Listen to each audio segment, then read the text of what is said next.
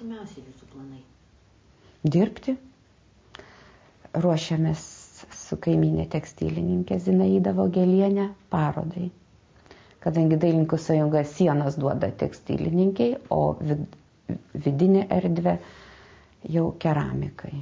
Nu tai aš labai laukiu, ruošiuosi tai parodai.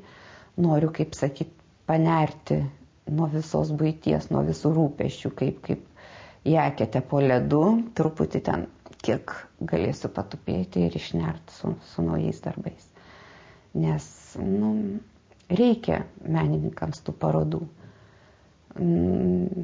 Kai išneši iš savo dirbtuvės darbus, tu visiškai kitaip juos pamatai.